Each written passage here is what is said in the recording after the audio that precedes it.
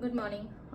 Ngasigi akhoi ningthokaba numit ko ningthokaba numit ki card ki message ngase ningthokaba numit ahambada akhoi ningthokaba number se number 47 lere aduga color dan angobo gumba kai gumba minus sina bi be ko aduma lere ko aduga akhoi na chak thongba yabada ha pa che chini natraga sango maming yona dumai tora khatang ha piro ko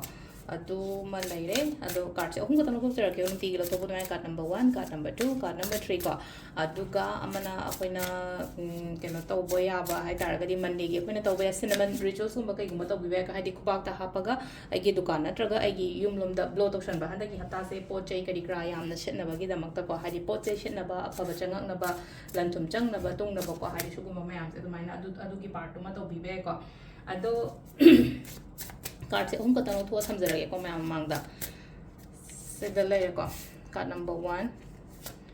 card number 2 card number 3 ko ahamba ani shuba hum suba ahamba khan bangai yenga se ko first khan bangai ki oina se da la e se isa se haining da ba khotning da ba thokning da ba dumaina oina leibo maka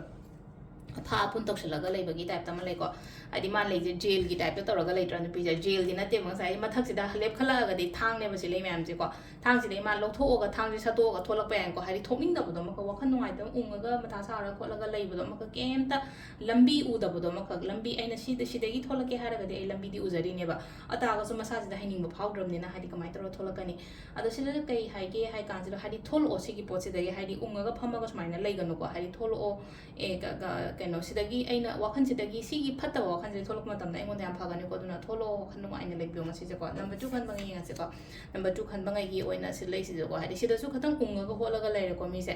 siaroi drane kamai taw doino khotoino haiba gi dumai tawro ko sumna ka dang sai mangon da khudong cha ba la ko su udre ba man matha sari ngai sida ma ka mi se ma ka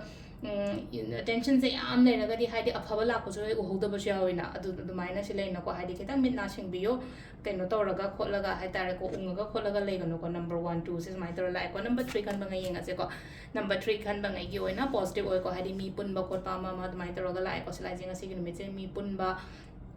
adai sum pot chai gumba kai gumba su dum yum da kai da la pakot pa dumaina piri ko haidi masak to popor gumba kai gumba chang pa shwe ko season ko gi card ki message le ko timing se ki pung mari ga mini kun trying thoi dina taru ka mini trying thoi phang le ko adai yung pung tare ka mini yankai ma thoi dina ma pan ga mini kun tra ma thoi phang le re aduga nin gina baru ga mini yankai da gina nung da weram gi tare ka mini tara phang le ko aduga nung dang gina ma pan ga mini yankai dina tra ma thoi ga mini tara phang le re aduga thing ba hing gina baru ga mini kun tra ma thoi da gina nung alam dai gi mari ga mini kun tra ma thoi phang le ko season ko gi ngasi gi na for the timing ko adu se le ko daily card message ado monday na haja yebdo cinnamon kaino kumba ko haidi akoina blow tokshan ba ko chan ba haidi cinnamon blow tokshan ba haraga di ai gi khubak ta hapaga ai gi dukan natraga ai gi yumlom da kai da dumaina kamjalo haidi sijina haidi week tuma do ko haidi khatang hena phana oina bagi tamak ta ko ar sile ko khoi gi daily card message na thank you